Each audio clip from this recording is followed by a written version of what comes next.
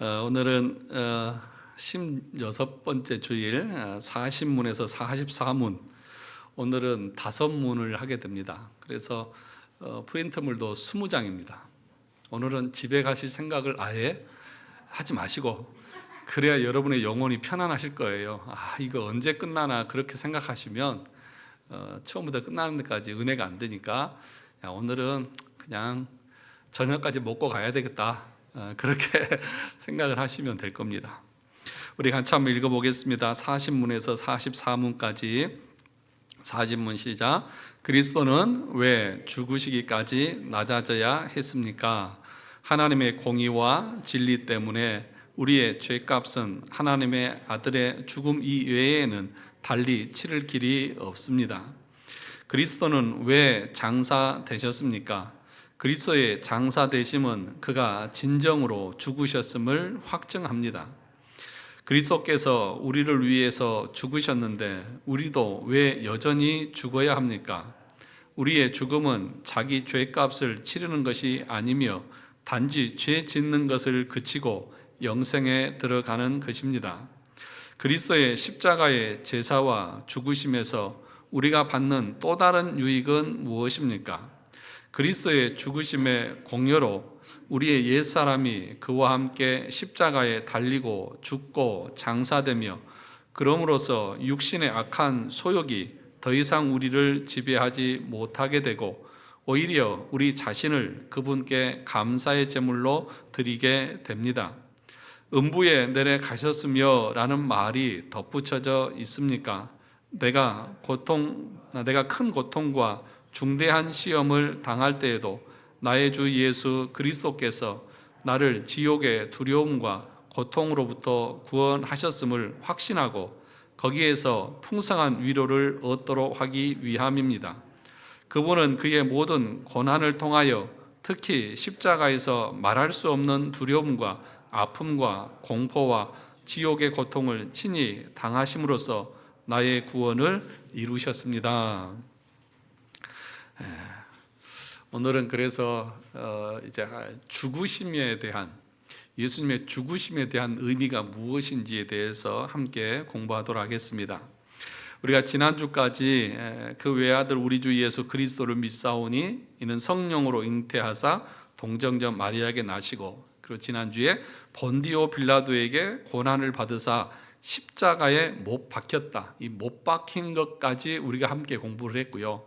오늘은 이제 죽으셨다고 하는 그 말의 의미 속에 담긴 내용이 무엇인지를 함께 공부하겠습니다. 40문을 다시 한번 볼까요? 그리스도는 왜 죽으시기까지 낮아져야 했습니까? 하나님의 공의와 진리 때문에 우리의 죄값은 하나님의 아들의 죽음 이외에는 달리 치를 길이 없습니다. 그랬습니다. 왜 죽으셔야 했느냐?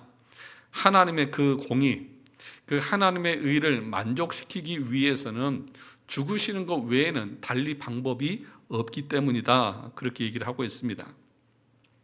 하나님의 공의와 성경의 진리는 바로 죄의 싹은 뭐예요?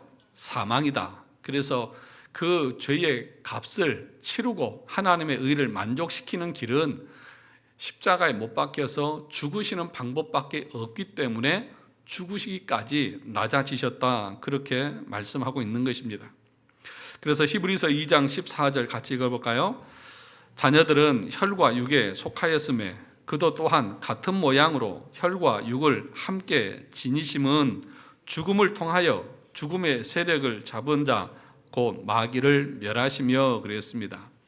그러니까 우리 주님께서 똑같이 우리처럼 육신을 입고 오셔서 죽으신 이유가 뭐냐?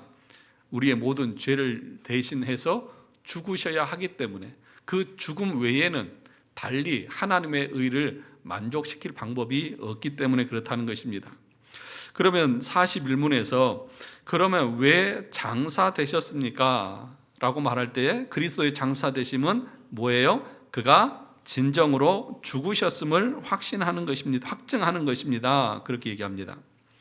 우리는 일반적으로 복음을 말하면 예수님께서 십자가에서 죽으시고 또 사흘 만에 부활하셨다가 승천하셔서 하나님 보좌 우편에 앉아 계신다, 이것만 우리는 중요하게 생각하죠. 장사 되셨다, 그러니까 장례를 치르셨다, 이것에 대해서는 우리 그렇게 중요하게 생각을 하지 않습니다.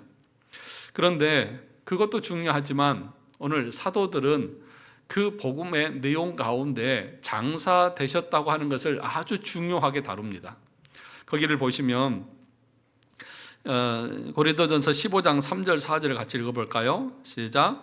내가 받은 것을 먼저 너희에게 전하였노니 이는 성경대로 그리스도께서 우리 죄를 위하여 죽으시고 그 다음에 장사 지낸 바 되셨다가 성경대로 사흘 만에 다시 살아나사, 이 장사 지낸 바 되어졌다, 성경대로 장사 지낸 바 되어졌다고 하는 것을 바울은 그렇게 말하고 있는 것입니다. 그래서 장사 지낸 바 되었다고 하는 것을 아주 중요하게 다루고 있다는 것입니다. 특히 이 복음서 가운데 이 사복음서 가운데 우리 예수님이 장사 지낸 바 된 것에 대한 기록들이 다 있습니다. 그러니까 마태, 마가, 누가, 요한복음 이 세 복음에 다 기록되어진 것이 그렇게 많지는 않거든요. 그런데 이 사복음서에 다 기록이 되어져 있다고 하는 것은 그만큼 이 내용이 중요하다고 하는 것을 의미하는 거죠. 그래서 그 밑에 단락에 보면 세례 요한과 예수님의 세례 받으심 오병이에 이어 죄 많은 여자가 향유 옥합을 예수님 발에 부어드린 이야기, 나귀 새끼를 타고 예루살렘에 입성하시는 사건, 가룟 유다가 배신한 사건, 베드로가 3번 부인하는 사건, 겟세마네 기도, 십자가의 죽음과 부활, 이런 것들이 사복음서에 공통적으로 기록되어져 있는데 거기에 뭐까지 포함되어 있다고요? 장사 지낸 바 되어진 것까지. 그러니까 그만큼 이것도 중요한 내용 중에 하나라고 하는 것을 우리에게 가르쳐주고 있습니다. 그 밑에 보시면 그냥 죽어 무덤에 장사 지냈다라고 간단하게 표현할 수도 있었을 텐데 사복음서 모두 굳이 아리마대 사람 요셉의 이름을 언급하면서 그가 예수님을 자신의 새 무덤에 장사했다는 것을 비중 있게 다룹니다. 이것은 이 이야기가 예수 복음에 있어서 얼마나 중요한 사건인가를 잘 보여주는 것입니다. 요한복음 19장 38절에서 40절 같이 읽어보겠습니다. 아리마대 사람 요셉은 예수의 제자이나 유대인이 두려워 그것을 숨기더니 이 일 후에 빌라도에게 예수의 시체를 가져가기를 구하매 빌라도가 허락하는지라 이에 가서 예수의 시체를 가져가니라. 일찍이 예수께 밤에 찾아왔던 니고데모도 모략과 침향 섞은 것을 100리트라쯤 가지고 온지라. 이에 예수의 시체를 가져다가 유대인의 장례 법대로 그 향품과 함께 세마포로 쌌더라. 그러니까 아리마대 요셉이 빌라도에게 예수님의 시신을 달라고 요청을 해서 자기가 파놓은 자기의 새 무덤, 아무도 묻히지 않는 그 무덤에 예수님을 장사 지냈다는 것입니다. 그 전까지는, 예수님의 죽음 전까지는 자신의 신분을 드러내지 않고 그렇게 예수 그리스도를 믿음 가운데 살았다가 예수님이 죽으신 이후에는 자기도 예수를 따르는 자라고 하는 것들을 분명하게 드러내고 그 예수님을 자기가 준비한 무덤에 장사 지냈다는 것입니다. 이 당시에는 예수를 믿는다고 하는 것이 아주 위험한 그런 시기였죠. 이 아리마대 사람 요셉 공회원이라고 하는 것은 오늘날에 말하면 국회의원쯤 되는 그런 직위에 있는 사람이죠. 잘못하면 그 지위도 잃을 수 있고 가산도 다 잃을 수 있는 그런 상황 가운데에서도 이 사람은 오히려 다들 무서워 떨고 있는 그 상태에서 예수님의 시신을 자신의 무덤에 장사 지냈습니다. 4페이지에 보시면 그들은 이제까지 비겁하게 숨었지만 결정적인 순간에 목숨 걸고 진리 편에 섰습니다. 이것이 신앙입니다. 이것을 볼 때 부자라고 다 나쁜 것이 아닙니다. 문제는 그 돈과 지위를 가지고서 어느 편에 서느냐, 어디에다가 쓰느냐가 문제입니다. 돈 가진 자가 당당하게 진리 편에 서고 주의 복음을 위해서 자신의 지위와 돈을 사용하는 자가 제대로 된 부자입니다.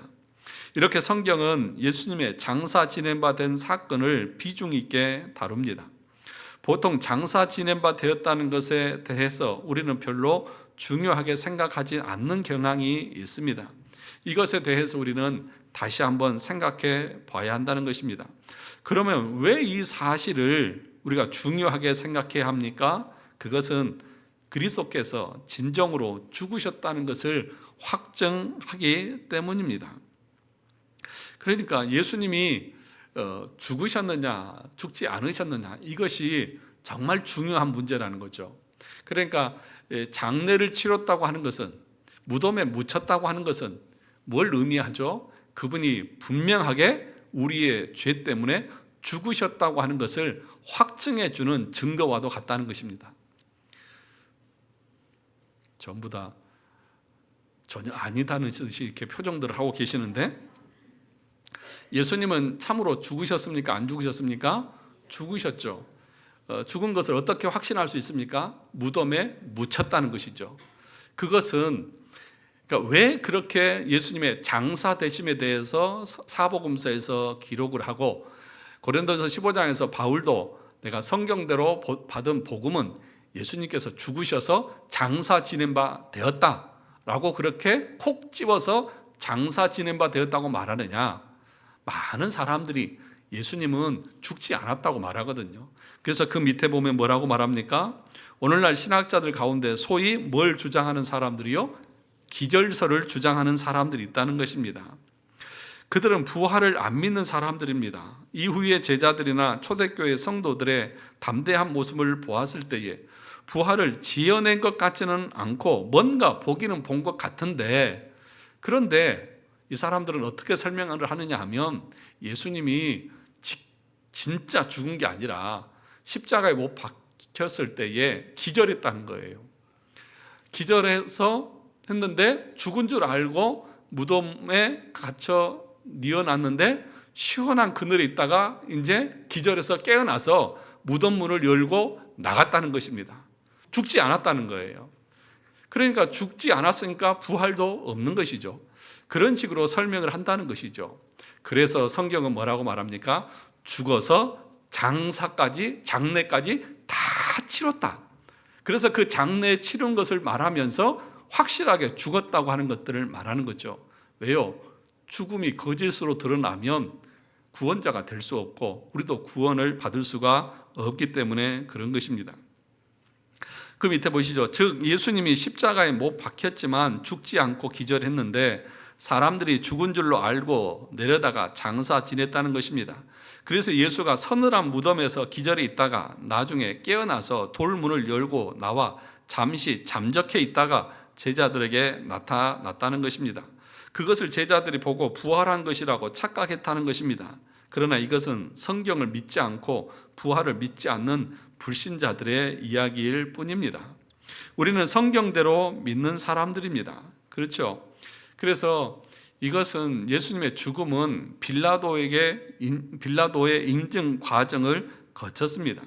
요셉이 달라고 할 때 벌써 죽었느냐고 묻습니다.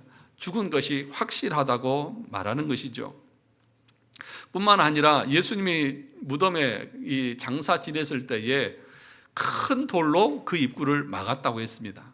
혼자의 힘으로는 그 무덤 문을 열고 나올 수가 없고, 또 밖에는 누가 지키고 있어요? 군병들이 지키고 있었습니다. 그러니까 도저히 그것은 제자들이라고 할지라도 꾸며낼 수가 없는 사실이라고 하는 것을 말씀하고 있는 것입니다. 자, 그럼에도 불구하고 우리가 죽은 이유에 대해서 이렇게 말합니다. 5페이지 밑에 보시면, 그러면 이제 하이델베르크 요리문답은 어떻게 배운 매우 고약한 질문을 다시 합니다. 죄의 싹은 사망이고 예수님이 우리를 대신하여 죽으심으로 죄값을 다 치르셨다고 하면, 그러면 우리는 안 죽어야 하는데 왜 여전히 예수 믿는 사람도 죽는 것인가 하는 질문입니다. 죄의 싹은 뭐예요? 사망이에요. 그러니까 죄 때문에 우리는 죽어요. 그런데 예수님께서 우리 죄를 대신해서 죽으셨잖아요. 그러면 우리의 죄의 문제는 다 해결되었잖아요. 그러면 우리가 죽어야 될 이유가 어디 있냐는 거죠. 그럼 우리 죽지 말아야 되는데 왜 그러면 우리도 죽습니까? 라고 하는 질문을 하는 거예요. 그 답이 무엇입니까? 우리의 죽음은 자기 죄값을 치르는 것이 아니며 단지 죄 짓는 것을 그치고 영생에 들어가는 것입니다. 우리는 왜 죽어요? 죄값 때문에 죽는 것이 아니라고요. 죄의 싹은 사망인데 그 사망을 위해서 우리가 죽는 것이 아니죠. 그럼 뭐예요? 죄를 그치고 영생에 들어가기 위해서 우리는 죽는 거예요. 우리가 구원을 받고, 그러니까 회심해서 중생하고 예수 믿음으로 구원을 받잖아요. 그러면 구원받은 우리는 전혀 이 땅에 살면서 죄를 짓지 않나요? 여전히 죄를 짓잖아요. 그래서 우리도 탄식하면서 바울이 말하고 있는 것처럼, 로마서 7장 24절에서 말하고 있는 것처럼, 오호라 나는 권고한 사람이로다. 누가 이 사망의 몸에서 나를 건져내랴. 여전히 죄 짓고 싶지 않지만 육신을 입고 있는 우리는 여전히 죄를 지을 수밖에 없습니다. 그래서 우리가 죽는 이유는 뭐라고요? 더 이상 육신의 죄를 짓지 않게 하기 위해서, 그리고 영생에 들어가기 위해서 우리는 죽는 거예요. 그러니까 우리의 죽음과 불신자들의 죽음은 다릅니다. 불신자들의 죽음은 그들의 죄에 대한 심판 때문에 죽고요. 우리의 죽음은 우리의 죄에 대한 심판 때문에 죽는 것이 아니라 더 이상 죄를 짓지 않고 영생에 들어가기 위해서 우리는 죽음을 맞이한다는 거예요. 그러면 여러분의 죽음은 두렵습니까? 두렵지 않습니까? 두려워해야 합니까? 두려워하지 말아야 합니까? 우리는 두려워할 필요가 없는 것이죠. 그래서 6페이지 보시면 신자의 죽음은 죄의 형벌로서의 죽음이 아닙니다. 왜냐하면 예수님이 우리의 죄값을 이미 다 치르셨기 때문에 우리는 더 치러야 할 죄값이 없는 것입니다. 그러면 우리의 죽음의 의미가 무엇입니까? 그것은 죄와의 결별하는 것입니다. 그래서 우리의 신자의 죽음은 축복이고 소망입니다. 믿으십니까? 신자의 죽음은 축복이고 소망인 것을 믿으십니까? 아닌 것 같은데요. 말로는 예, 아멘 그러면서 속으로는 아이고 더 살고 싶은데 그런 소망들이 가득하신 것 같아요. 그러니까 불신자의 장례식에는 장송곡이 울려 퍼지지만 신자의 장례식에는 승리의 환희와 찬송이 울려 퍼지는 것입니다. 그러므로 죽음이라고 하는 것은 우리 성도들의 간절한 소망입니다. 왜냐하면 육체 가운데 거하면 늘 우리는 뭘 해요? 죄를 짓잖아요. 그런데 죽으면 그것이 끝나잖아요. 죄 짓는 것이 너무나 힘들고 어려운 일이에요. 죄를 짓는 것이 어렵다는 얘기가 아니라 그 죄를 짓지 않고 살기가 참 힘들다는 거예요. 그런데 죽으면 더 이상 죄에 끌려다니지 않고 죄를 짓지 않고 이제는 죄와 결별하는 그런 상태가 되기 때문에 모든 참된 성도들은 죄 짓지 않는 상태를 원하잖아요. 그러면 모두 다 빨리 죽었으면 좋겠다. 그 소망을 가지고 사셔야죠. 아멘이십니까? 하나도 아멘 안 하잖아요. 빨리 죽었으면 좋겠다. 빨리 천국 갔으면 좋겠다. 그래야 내가 이 죄를 짓지 않고 하나님 앞에 범죄하지 않고 그리고 하나님과 동행하지.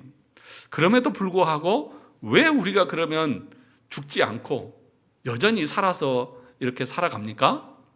그것은 죽는 것이 나에게 정말 유익하지만 내가 살아서 해야 될 일이 있기 때문에 그런 거죠. 복음을 전하고 영혼을 구원하는 사명이 있기 때문에 그런 거죠. 그래서 바울은 그랬어요. 나는 빨리 죽기를 원한다. 난 진짜 빨리 죽었으면 좋겠다.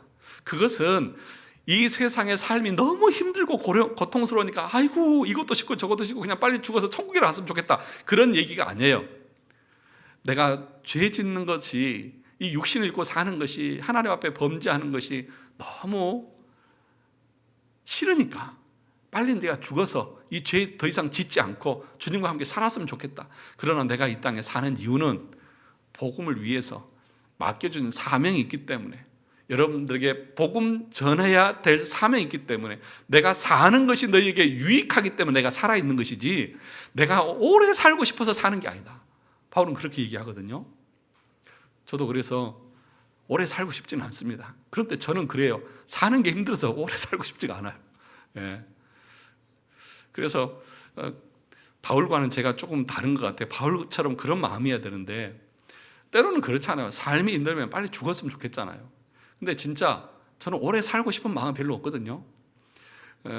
그렇다고 뭐 삶이 힘들어서 빨리 갔으면 좋겠다 그런 것도 아니고, 근데 조금 그런 마음이 있는 것 같아요. 그런데 여러분, 오늘 하이델베르크 요리문답은 우리에게 그걸 말하고 있습니다. 여러분, 왜 오래 사셔야 됩니까? 왜 그렇게 오래 살려고 하십니까? 신자의 죽음은 축복이고 소망이고 신자가 가장 기대하는 것이 죽음이다, 그렇게 얘기를 하고 있는 거예요. 그런데 우리는 죽는 것은 무엇보다도 싫다고 얘기합니다. 그렇죠. 그래서 여러분, 건강관리 얼마나 힘쓰세요? 몸에 좋은 거 얼마나 많이 챙겨 드세요? 그렇죠. 운동도 하고, 하여튼 세상에 좋은 것이라고 하면 다 잡아 잡수세요. 아주 뱀도 잡아 잡수시고, 군뱅이도 잡아 잡수시고, 지렁이도 잡아 잡수시고, 지네도 잡아 잡수시고, 모든 것을 잡아서 드세요. 왜요? 오래 살려고. 어떻게 하든지 오래 살려고. 그런데 그것은 세상 사람들이 생각하는 가치관이고요. 우리는 뭐라고 말합니까? 빨리 주님 만났으면 좋겠습니다. 그 이유는 내가 아이고 이것도 저것도 다 싫어서가 아니라 내가 이 땅에 살면서 말씀대로 순종하고 주님의 그 영광을 위해서 살아야 되는데 그렇지 못한 나의 연약함 때문에 그렇게 고백을 하는 것입니다. 자, 7페이지 보시면, 즉 신자는 죄의 몸에서 해방되기를 원하는 것입니다. 그것은 죽음으로 성취되고 부활을 통해 궁극적으로 완성됩니다. 신자는 바로 이것을 소망하는 것입니다. 죄와 결별하고, 그래서 부활을 통하여서 완전한 그런 영화에 이르는 그것을 우리는 소망하면서 이 땅을 사는 것입니다. 그날이 언젠지는 몰라요. 그래서 제가 이렇게 그 의료보험 공단에서 하는 그 1년에 한 번씩 하는 건강검진 있잖아요. 제가 그것도 잘 안 하니까 우리 딸이 그러더라고요. 아빠 제발 좀 건강검진 좀 해. 그래야 하나님이 언제 아빠를 부를지 나도 대략적으로는 알 거 아니야.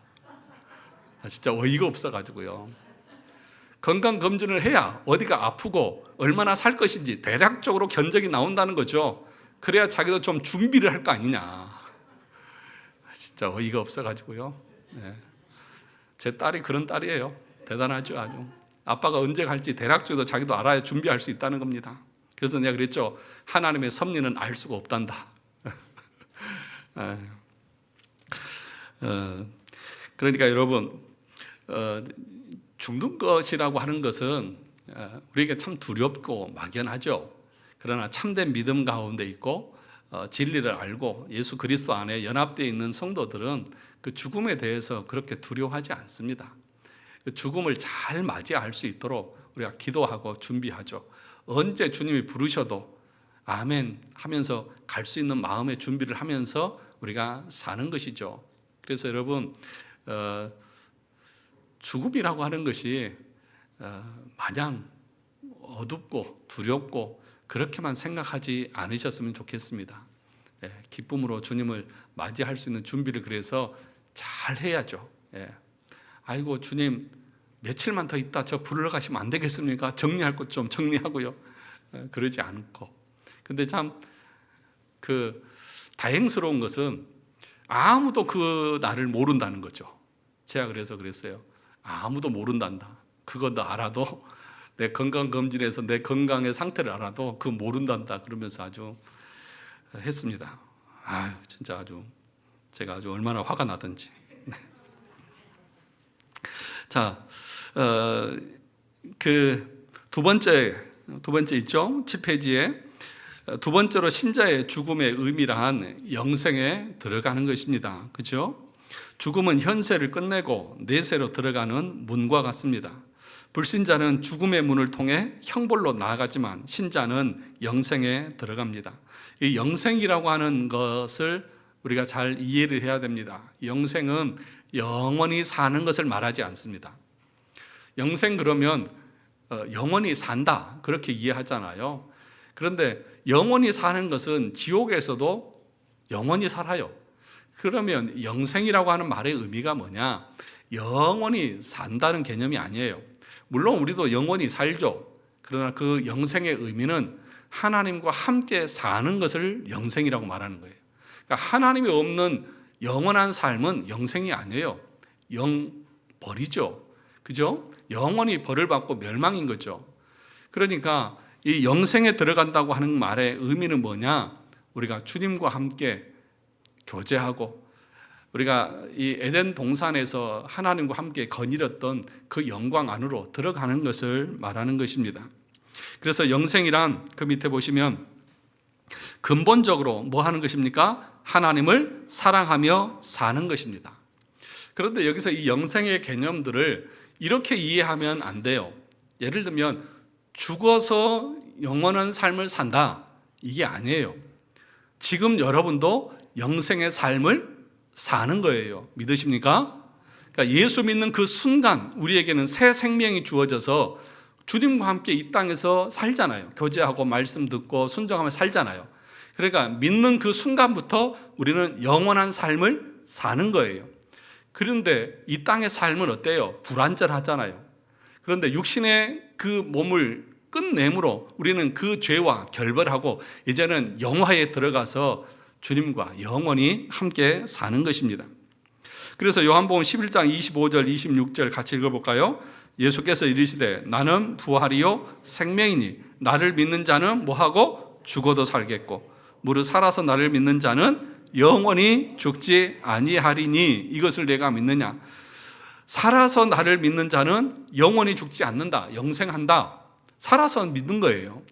그것이 주님과 함께 교제하고 살아가는 영생의 삶인 거죠.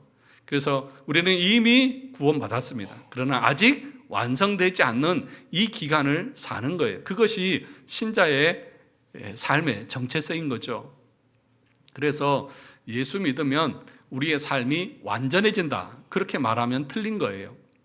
완성을 향해서, 완전을 향해서 우리는 부단하게 육신의 소욕과 죄와 싸우면서 살아가는 삶이 이 땅에서 우리의 삶입니다. 그러니 얼마나 힘들어요. 처절하게 죄와 싸우는, 피 흘리기까지 싸워야 한다, 그렇게 말하잖아요. 히브리서에서 보면. 그러니까 얼마나 고단하고 힘들어요. 그것이 성도의 삶입니다. 그래서 그 죄를 짓지 않기 위해서 주님, 빨리 주님 앞에 가고 싶습니다. 내가 죄를 짓고 싶지 않지만 이 육신의 소욕을 잊고 여전히 죄에 지고 넘어지고 그러고 있습니다 하면서 주 앞에 갈 날을 우리는 기다리는 것이죠.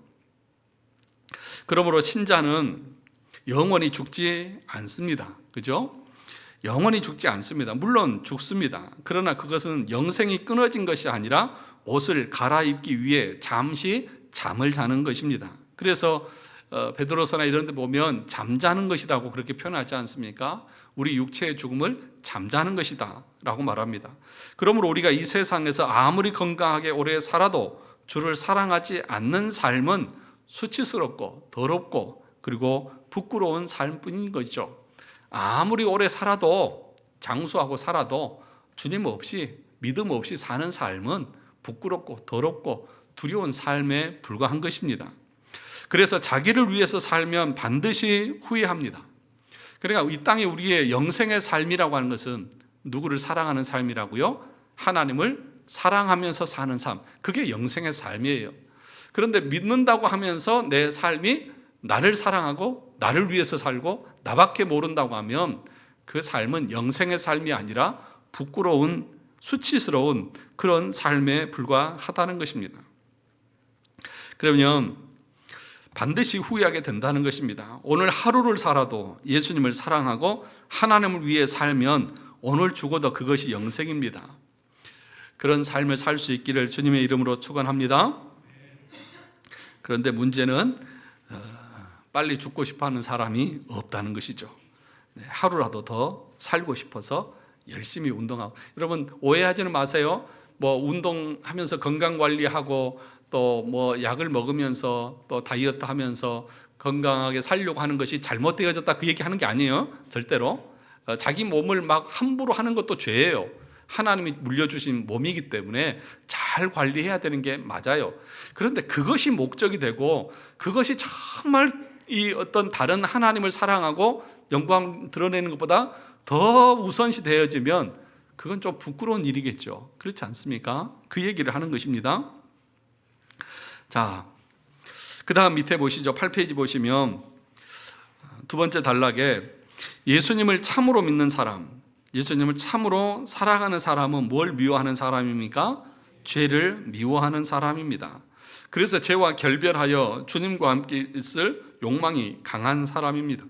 그래서 나 혼자만 생각하면 빨리 죽는 게 최선의 길이겠지만, 그러나 섬겨야 할 교회, 형제 자매를 생각할 때, 그리고 예수님을 모르고 지옥을 향해 달려가는 수많은 공고한 영혼들을 생각할 때, 그들을 향한 상한 목자의 심정과 사랑 때문에 마음속에서 갈등이 일어나는 것입니다. 빨리 죽는 것이 나에게는 좋지만 내가 있는 것이 여러분의 주변의 가족들에게는 유익하기 때문에 내가 살아있는 거예요. 여러분, 왜 사십니까? 왜 그렇게 오래 살려고 하십니까? 대답을 하세요. 질문을 하면. 왜 그렇게 오래 살려고 하십니까? 라고 질문하게 되면 우리는 뭐라고 대답합니까?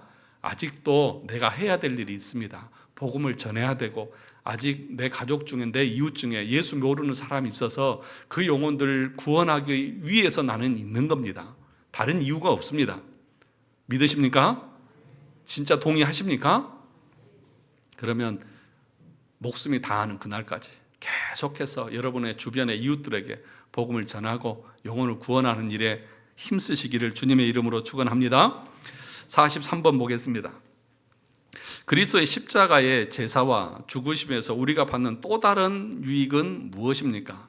예수님의 죽으심, 그 장사 지내는 것에 대해서 우리에게 어떤 유익이 있느냐는 것이죠.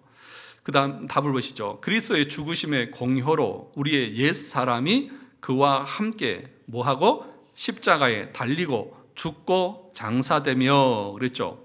그러니까 예수님께서 십자가에 달려 죽으실 때에 예수님만 죽으신 것이 아니라 우리도 똑같이 달려 죽었고 뭐 했다고요? 장사되어졌다. 그럼으로써 육신의 악한 소욕이 더 이상 우리를 지배하지 못하게 되고 오히려 우리 자신을 그분께 감사의 제물로 드리게 됩니다. 여러분 잘 보세요. 그러니까 예수님께서 죽고 장사되어질 때에 예수님만 죽고 장사 지낸 것이 아니라 그리스도를 믿고 연합되어졌을 때에 2000년 전에 예수님이 죽으셨죠. 그때 우리는 태어나지도 않았잖아요. 그런데 그분을 믿음과 동시에 그 연합되었다고 하는 것은 뭘 의미하느냐? 믿음으로 의롭게 되어졌다고 하는 것이 그리스도와 연합을 말하는 것이고 내주하는 것을 말하는 것이고 접붙임이라고 말했는데 그것은 뭘 의미하느냐? 예수님이 죽으실 때 나도 십자가에서 죽었고 예수님이 장사될 때 나도 무덤에 묻혔다. 그러면 그것은 무엇을 의미하느냐? 이제 나는 죽어서 육신의 소욕대로 살지 않고 죄에는 반응하지 않고 그리고 이제는 그 죄의 지배에서 권세에서 벗어나서 은혜의 권세 아래 있다고 하는 그 유익을 우리가 얻는 것이다.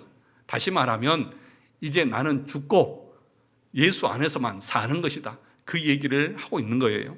그래서 그 뒤에 보시면 이렇게 말합니다. 9페이지 보시죠.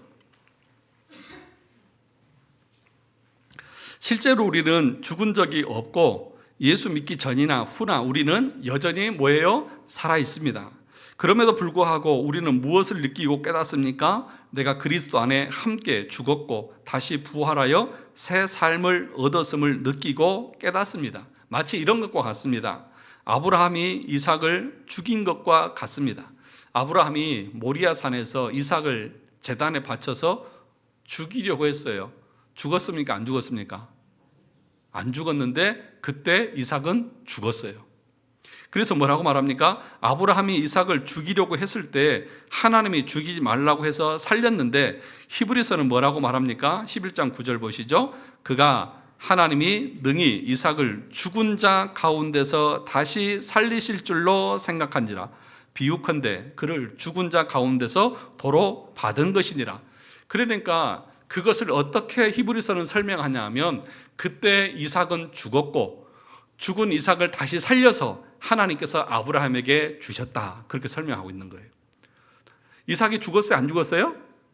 안 죽었어요. 그런데 죽은 것으로 여긴 거예요. 그러니까 그것은 뭘 예표하느냐? 예수 그리스도의 죽으심과 부활을 예표하는 거잖아요. 그러니까 그때 죽을 때에 우리도 같이 죽었다는 거예요. 우리는 지금 살아있잖아요. 죽지 않았어요. 그런데 죽은 것처럼 여긴 거예요. 그것이 그리스도와 연합되어졌다고 하는 말의 의미예요. 이해되세요? 잘 이해 못하고 계시는 것 같아요. 그러니까 우리가 믿음으로 의롭게 되어졌다, 믿는다라고 하는 그 말의 의미가 그리스도와 연합을 의미하는데, 그 연합은 뭘 의미하느냐? 내가 그리스도와 함께 2000년 전에 죽었다는 것을 말하는 거라고요. 그리고 주님이 부활하셨을 때 나도 살아난 것처럼 살아났다고 하는 것을 의미하는 거라고요.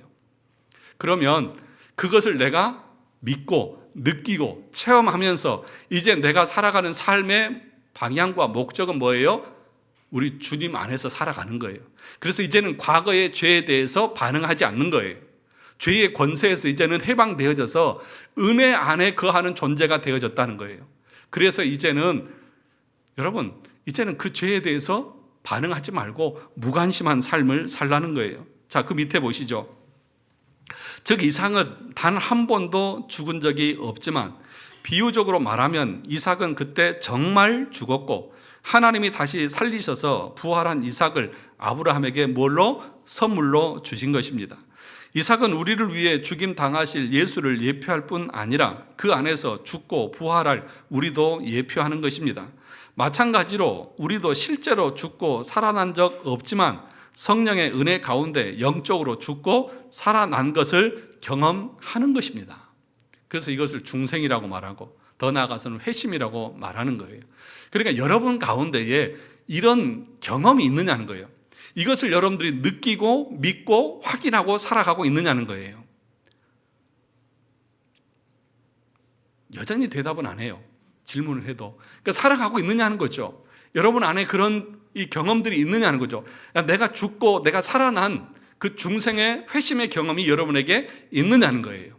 여러분, 칭의, 믿음으로 의롭게 되었다고 하는 것은 하나님의 법정에서 하나님께서 선언하는 것이기 때문에 우리가 못 느껴요.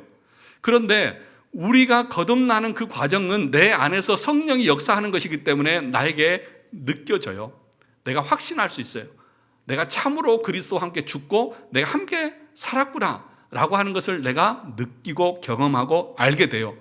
그럴 때에 그 느낌과 그 경험을 통해서 우리는 이제는 죄를 멀리하고 그리스도를 향해서 기쁨으로 살아가게 되어져요. 그런 것을 여러분들이 경험했느냐는 거예요. 자, 그래서 그 밑에를 보시죠. 이 경험을 통해 우리는 내 인생의 주인이 나에서 누구로? 하나님으로 바뀌게 되는 것입니다. 그 밑에 보시죠. 왜냐하면 그 심중에는 나는 이미 그때 죽은 거나 다름없다. 아니, 그때 죽었다. 지금 살아있는 이 생명은 그 사람이 나에게 덤으로 준, 선물로 준 생명이다. 그러므로 덤으로 얻은 이 새로운 생명은 생명을 구해준 은인의 것이다 하는 마음에 마땅합니다. 마찬가지로 우리가 예수님을 믿을 때도 바로 그러한 사실을 고백합니다. 사망의 형벌과 지옥의 형벌을 피할 수 없는 나였는데 주님이 대신 형벌 당하심으로써 나를 거기서 건져주셨다. 나는 이미 그때 죽은 것이나 다름없다. 옛날에 나는 그렇게 주님과 함께 죽었다. 이제 내가 이렇게 사는 것은 주님이 나에게 선물로 주신 새 생명이며 주님을 위한 삶이다. 그런 고백으로 우리는 지금 살아가는 것입니다. 이 고백이 여러분에게 있습니까?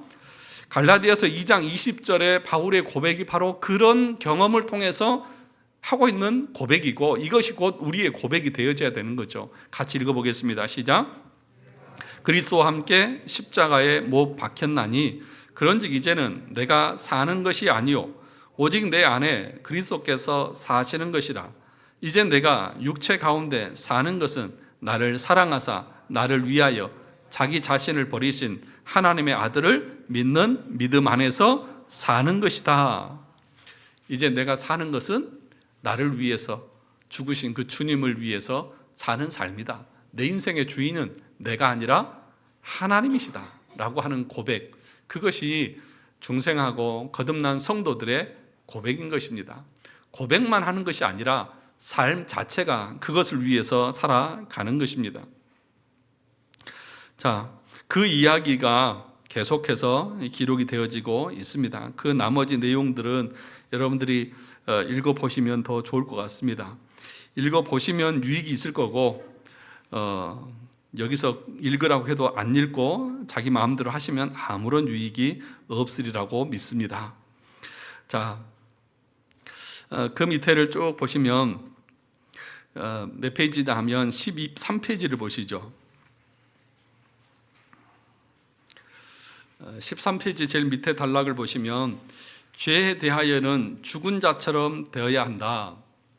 그러니까 그리스도와 연합되어졌다고 하는 그 말, 죄의 권세에서 우리를 해방했다고 하는 그 말의 의미를 여러분 이렇게 이해하시면 됩니다. 죄가 불러도 뭐 한다고요?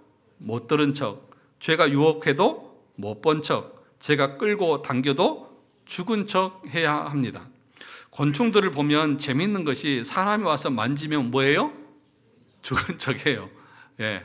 그러니까 여러분 죄에 대해서는 죽은 척 하시자. 그리고 나서 슬그머니 가는 거죠. 죄가 유혹할 때 바로 그렇게 해야 합니다. 마치 눈이 없는 자처럼, 귀가 없는 자처럼, 다리가 잘린 불구처럼 나는 죽었다고 생각하고 죄에 대해서 그렇게 처신을 하는 것이고, 반대로 의가 부르면 내가 여기 있습니다.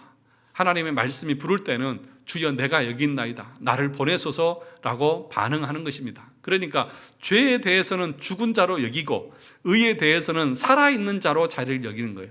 그러니까 죄에 대한 반응하지 않고 의에 대해서만 반응하는 것입니다. 그것이 신자의 삶의 성화의 과정이라는 것입니다. 정말 우리가 거룩을 향해서 나가게 되어질 때에 우리가 어디에 반응하느냐 중요하죠. 여러분 어디에 반응하십니까? 육체의 소욕에 반응할 때가 많잖아요. 그런데 의에 대해서는 살아있는 자로. 그래서 오늘 우리가 읽은 말씀 보시죠. 로마서 6장에 보시면 6장 13절에 이렇게 말합니다. 또한 너희 지체를 무엇으로? 불의의 무기로 누구에게? 죄에게 내주지 말고 오직 너희 자신을 죽은 자 가운데서 다시 살아난 자 같이 하나님께 드리며 너희 지체를 의의 무기로 하나님께 드리라. 그렇게 말합니다.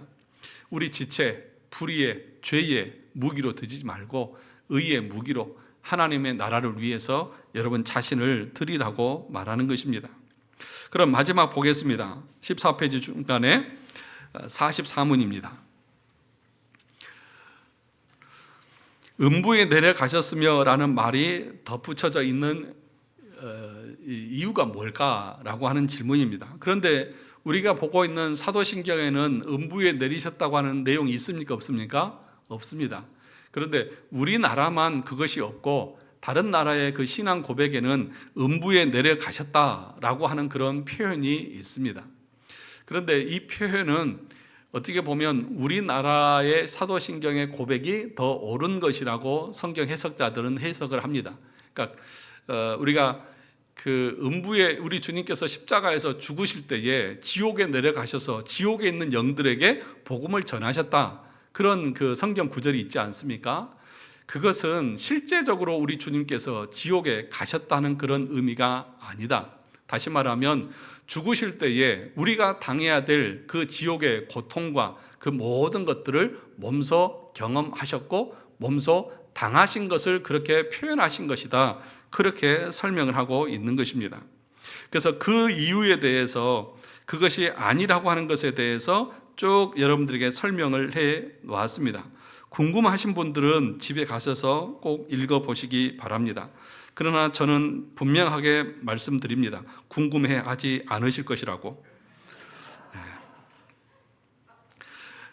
그래서 이 19페이지 중간부터 보시면 이렇게 말합니다.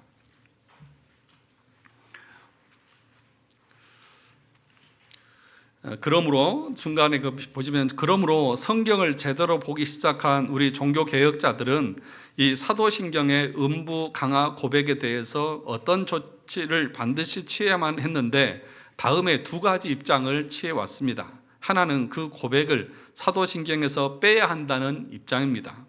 왜냐하면 음부에 내려가셨다는 것의 의미는 죽으시고 장사 지낸 바 되셨다는 고백에 다 들어있기 때문에 다시 반복할 필요가 없으며 오히려 이 고백이 덧붙여져서 오해만 불러일으킨다는 것입니다. 그래서 빼자는 것이 하나의 견해입니다. 두 번째는 빼지 말고 다만 그것을 바르게 해석하면 더 유익이 된다고 하는 입장입니다. 이것은 칼빈과 하이델베르크 요리문답의 입장으로서 음부에 내려가셨다는 것을 정말 연옥이나 지옥에 내려가신 것이 아니라 비유적으로 십자가에서 우리 대신 지옥의 형벌을 받으신 것으로 해석하는 것입니다. 이것을 잘 알고 고백하면 더 위로가 될 것이라고 생각하는 입장입니다. 그러니까 오늘 우리 그 44문 고백에는 음부에 내려가셨으며 라고 하는 것을 우리에게 가르치고 있어요. 그러니까 우리 사도신경은 없는데 하이델베르크 요리문답에는 이 고백이 있다는 것이죠. 이것을 이렇게 남겨둔 이유가 뭐냐? 그 이유는 이것을 가르침으로써 우리 주님이 십자가에서 당하신 그 고난이 얼마나 큰 고난이었고 그것이 우리가 당해야 될 것이었다는 것을 올바로 가르치기 위한 목적으로 이것을 품고 있다는 것입니다. 그래서 마지막 장을 보시면 중요한 것은 우리가 어떤 입장을 취하든지 그분께서 십자가에 못 박히심으로 우리 대신 지옥 형벌을 받으셨다는 것이고 그리하여 우리를 지옥에서 구원해 주셨다는 것을 알고 고백하는 것입니다. 그리고 죽고 장사 지낸 바 되심으로써 그분이 우리 죄값을 어떻게 해요? 온전히 지불하셔서 우리를 온전히 구원해 주셨다는 것을 확신하며 고백하는 것이 중요합니다. 오늘 배운 내용들을 여러분들이 잘 기억했으면 좋겠습니다.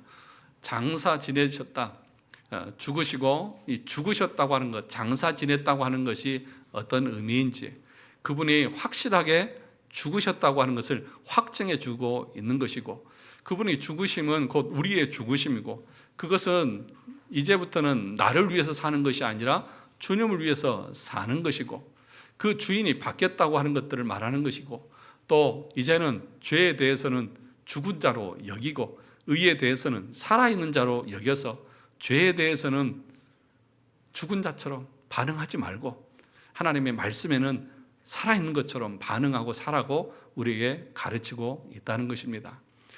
저와 여러분들 가운데에 이 사도신경을 계속해서 공부하면서 여러분의 믿음들이 더 분명하게 세워져 갈 수 있기를 주님의 이름으로 축원합니다.